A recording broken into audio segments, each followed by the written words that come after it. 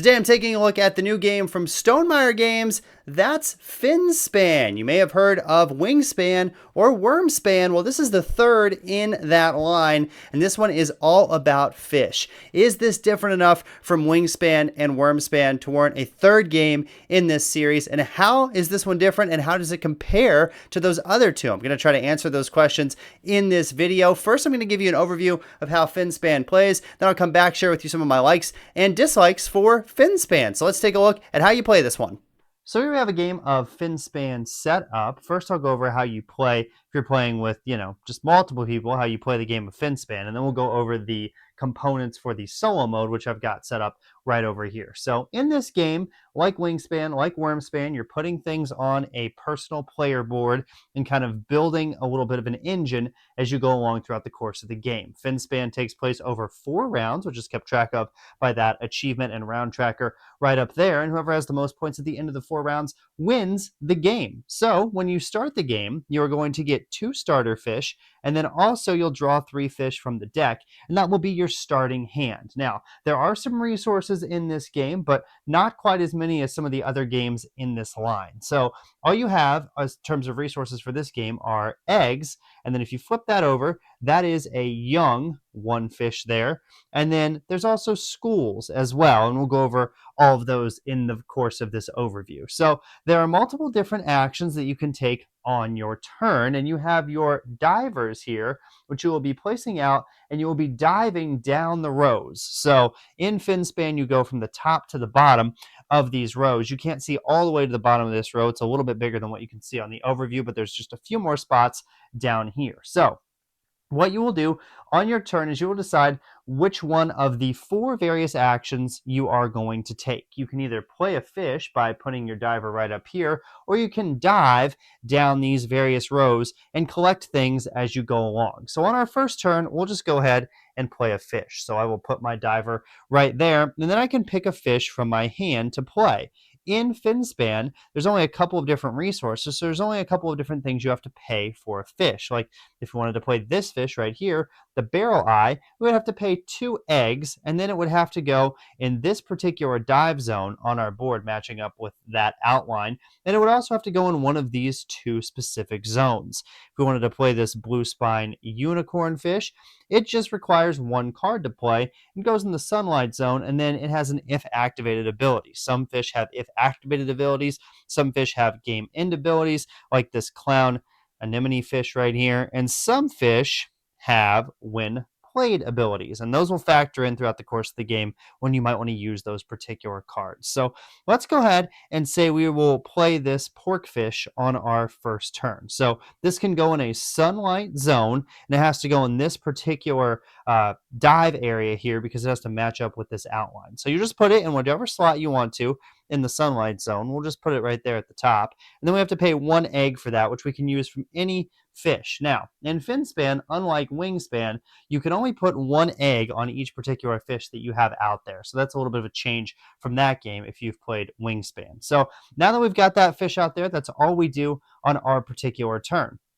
Now, let's go ahead, just for the nature of things here, and put a few more fish out here on the board, just so you can kind of see what things might look like if you had some more fish out in these particular spots, just so you can see how that activation phase works for some of the other things that are here on the board. So if you decide to dive down this particular row, you will be collecting cards. That's the main thing you're going to grab if you dive down this row. So you'll just get 1 card here for starting in this particular zone, and you just take that from the deck, and then you would just keep it over here on the side of your board. And as you continue to go down, if you had a fish in this particular zone, you would also get a card here, and you can't really see it, but I'm going to try to slide it up here a little bit or move it up for you. If you had a fish in this particular zone, what you do, starting fish, you'll also get another card, and then you move down here to the very bottom of the board. So you would go ahead and get 1 more card. And the first time you dive in any of these rows, you get to take that bonus benefit that's right there at the bottom of your player board, which here, that's going to allow you to take 1 card from your discard pile and put it back into your hand. So we don't have a discard pile right now because I'm just showing you as an example, but that would be an ability that you could use if you were to dive in that particular row. Now, if you're diving in this particular row, your main resource that you're going to be getting is eggs, but you also have if activated abilities.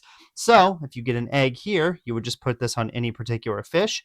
Then, if activated, you also get another egg, which you can put on whichever fish you would like. And then you come down here, there's a fish here, so you get yet another egg that you can put on a particular fish. And then you can also come down here, and the bonus slot at this particular bottom of the row is yet another egg. So now we have 4 eggs from that particular action. And on this particular row, you get to do what is called basically hatch your eggs into young. So what you can do is when you go down this row, you can pick any of your eggs that you have out here and flip them over. And now they are a young. And I'll tell you why that's important here in just a second. Now, as we continue to go down, we could do it for this one. We have a fish in this bottom section, which is hard to see. And this is actually a different action that you get to take. This is getting to move your young. So you can move that young any number of slots in a straight line. So we could move this young up here and now have 2 young on this fish. Now that's important because at the end of the game, if we have exactly 2 young on this fish, we get an extra 6 points. But also, when you get 3 young on the same fish, it turns into a school. So say we were to have this one over here, and now we have 3 young on this fish. Now we have a school of fish. So this will go away, and then you will have the school. And the school is important because that's going to score you more points at the end of the game than just having 1 fish on there. So you're trying to create some schools of fish as you go throughout the course of the game to give you more points at the end of the game. Like I said, there's some things that are game end cards. There's some that are if activated. This card right here, if activated, lets you hatch one of your eggs into a young. This card down here, when you play it, any fish that has this particular tail type, which this one and this one do, and this one, you would get to lay an egg on those fish. And then down here, this allows you to hatch as well. So those are just some of the different abilities. Some of the cards have different things. This is a when played. You get to lay an egg on any fish in this particular row. When this is played, you get to hatch one of your eggs into a young, move one in a straight line, as many spots as you would like. So those are some of the different abilities that are on the fish cards throughout the course of the game. Now, you also have your goals up here, which you are going for every round. These are just the starter goals here on this particular board. You can also flip this over, and then the game comes with a bunch of various double-sided tiles that you can add on there and do different goals for. So you could say fish with tokens, how many young, every 2 eggs, every predator tag that I have on a fish, things like that to kind of switch it up from game to game. But they recommend for your first game, you just start with those starter goals because they are easy, and you're going for eggs and young, rows of fish, schools, and then week 4, no goals are scored, but you just activate any of your game end abilities on your fish. So that's how the game works just normally. And now we'll go over the solo mode, which is very easy for this game. It is called the Nautima, which is very clever, a nautical name on the Automa. But what you are doing is this solo mode is going to just play cards and basically take some similar type actions to what you are doing. So there's 5 different difficulty levels that you can play on. There are 1, 2, 3, 4, and 5. It recommends you play on level 2. So you have these cards, which are achievements that the solo mode is going to get throughout the various weeks, and it's starter kind of base level for these goals. So you can see here, week 1, eggs and are young. It's going to start with a base of 3. So it'll have 3 points in that category at the end of the round, no matter what. And for you to beat it, you would have to have more points than that to score more than the solo mode for that particular goal. You can also flip these over, have stormy difficulty levels, and now it's going to get 6 points as its base. So it becomes harder. You could switch up that difficulty level as you go throughout the course of the game. So you have these sitting out here just to remind you of some of your cards and things. The solo mode also gets divers. I'll show you how those work. And then you're going to draw cards, which is kind of a classic thing in an Automa for a Stonemaier game. And you're just going to go down and see what this tells you to do. So at the top of this card, it would tell you to remove your diver from the goal board, from the achievement board, if you had one out there, but you don't currently right now. So you're just going to draw a card, and you will look at it, and if it has any ability that affects all players, you get that ability. You get to take advantage of that, but this does not, so you'll just set it down right there. then that's its turn. That's all it does on that particular turn. So then it goes into the discard pile.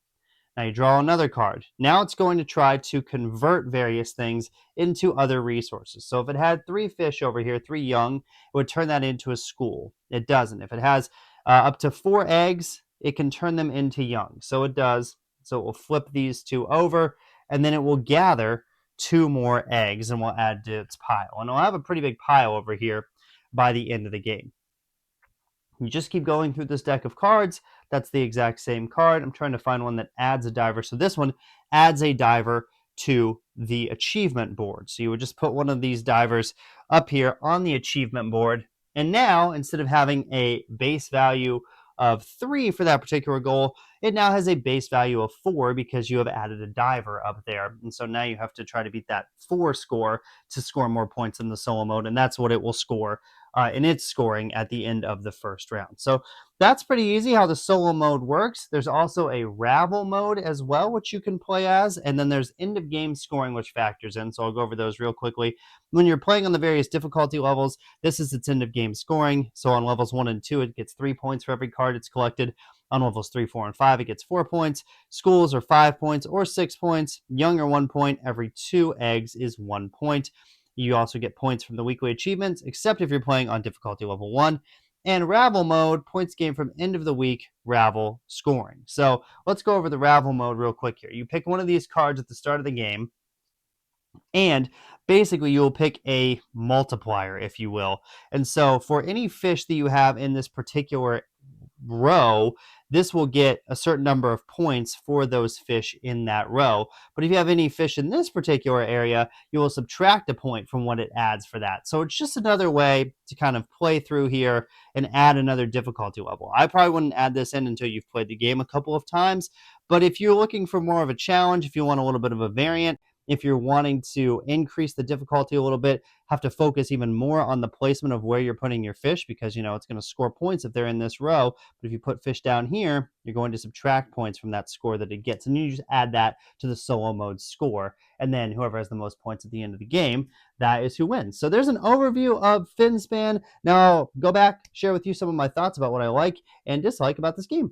So you've seen an overview of Finspan. Now I'll share with you some of my pros and cons for this game, and also talk a little bit about 3 games in total, which one I think is my personal favorite. So in Finspan, one thing that is a pro, could also be a con for you, depending on what type of gamer you are, is this is a simpler game than those other 2 games in the line. So if you are looking for a place to jump into this series, if you're new to solo board gaming and you want something very simple to pick up and very easy to play, but also gives you some good decision making, this might be the game for you. If you want, something that's not a big brain burner, is not difficult to learn, has a very easy solo mode, this could be the option for you to get into the Span series, if you will, as this is the lightest of the 3 games. I would rank them Finspan, then Wingspan, then Wrymspan in terms of complexity. Also, the solo mode in this game, very easy to operate, very easy to understand. Flip that card over,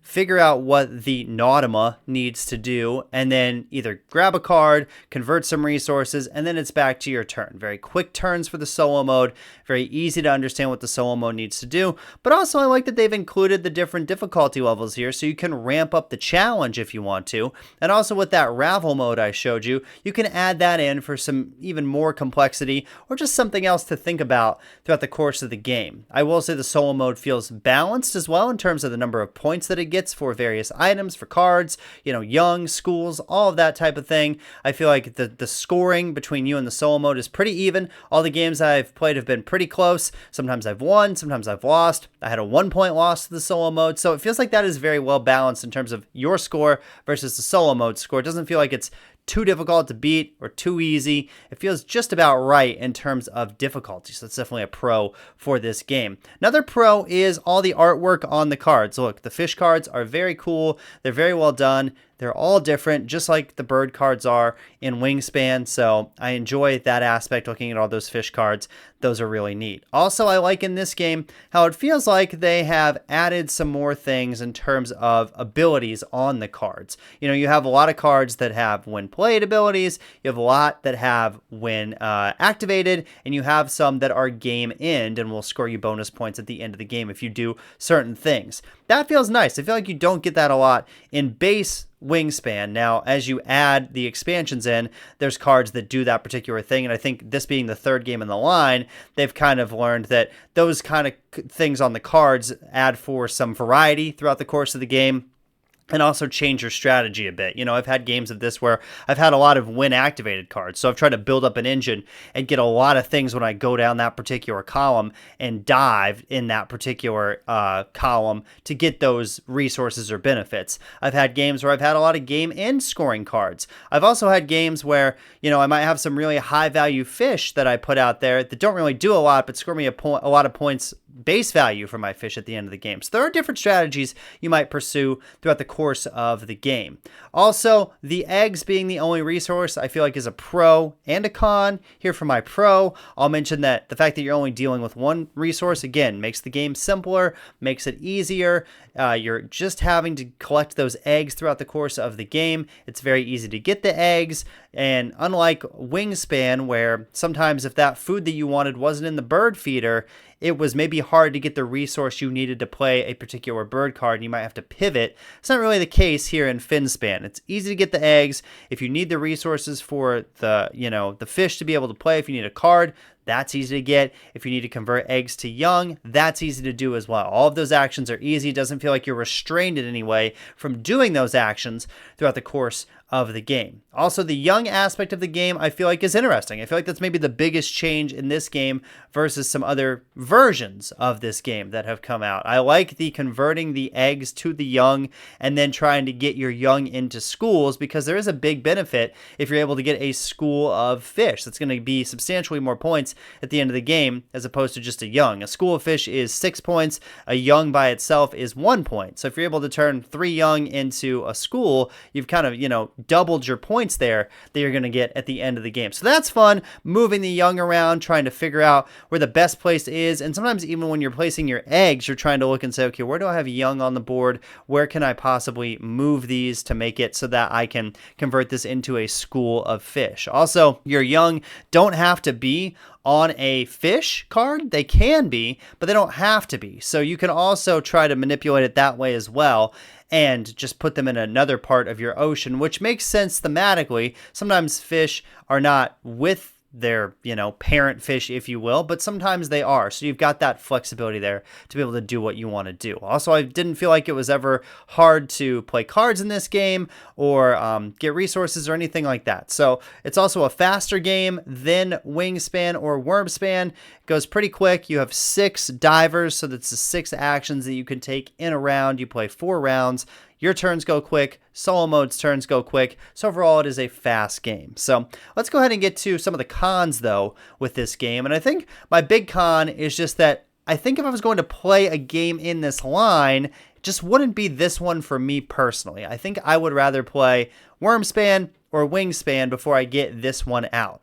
Don't get me wrong, this game has its merits. It's obviously the entry point, the simplest of the 3, but I think for me and my gaming preferences, I would just prefer one of those other 2 games. Probably Wrymspan is my favorite of the 3 games in the series, so I think I would go for that one over this one. Also, the eggs being the only resource, again, I mentioned in a pro, I'm going to mention in a con. I feel like it takes some of the tenseness of the game out of it. It takes a little bit of strategy out of the game as well. You're just collecting that one resource, so you're never at a loss for that resource. It's always easy to get that one resource of those eggs, whereas in Wingspan you might say, oh, what does that person have in terms of their bird cards? Maybe I will take this food, if you want to play mean, maybe I will take this food out of the bird feeder and collect that for myself. Or even when you're playing against a solo mode, obviously, collecting the right food that you need so the solo mode can't get it and take it out of the bird feeder. Things like that just really don't have a factor here in Finspan, since you're just dealing with that one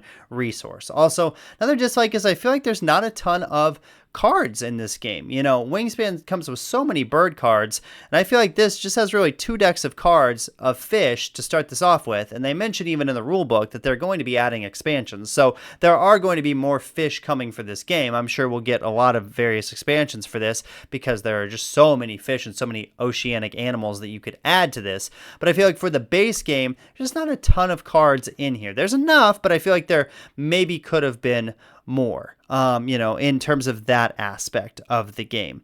Other than that, I don't really have a lot of dislikes for this game. Again, I think it's a well-made game. It's well-produced. Stonemaier always does a good job.